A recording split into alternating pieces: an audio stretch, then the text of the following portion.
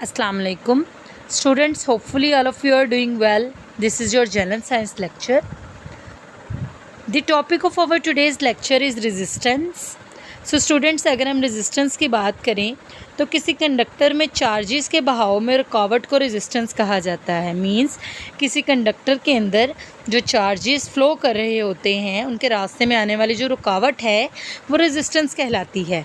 Resistance potential difference और current की निस्बत मींस इनके दरमियान जो रेशो है उसके बराबर होती है। Means R is equal to V/I। So students, यहाँ पर फिगर 8.7 के अंदर रेजिस्टेंस के सिंबल को शो किया गया है। सर्किट पे रेजिस्टेंस को एक दंदानेदार लाइन से जाहिर किया जाता है, जैसे कि ऊपर फिगर 8.7 में दिखाया गया है। रेजिस्टेंस का SI यूनिट ओहम है। अगर हम रेजिस्टेंस के सिस्टम इंटरनेशनल यूनिट की बात करें तो वो ओहम है। इसको अंडरलाइन कर लें, MCQ वाइज इम्पोर्टेंट है। रेजिस्टेंस की वजह ये है कि जब कंडक्टर के सिरों के दरमियान पोटेंशियल डिफरेंस मुहैया किया जाता है तो इसमें मौजूद आज़ाद इलेक्ट्रॉन्स नेगेटिव से पॉजिटिव टर्मिनल की तरफ चलते हैं।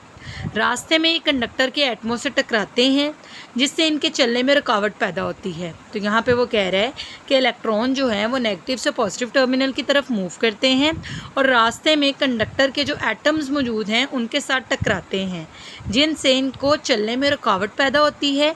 चूँकि हर कंडक्टर में एटम्स होते हैं इसलिए हर कंडक्टर की कुछ ना कुछ रेजिस्टेंस ज़रूर होती है, खा वो कितनी ही कम क्यों ना हो। मीन्स हर कंडक्टर की रेजिस्टेंस जो है वो मौजूद होती है। So students, this is your today's lecture. आप इसको अच्छे से अंडरस्टैंड करेंगे, लर्न करेंगे, देन इसको राइट डाउन करेंगे। ओके जी, अल्लाह हाफिज़।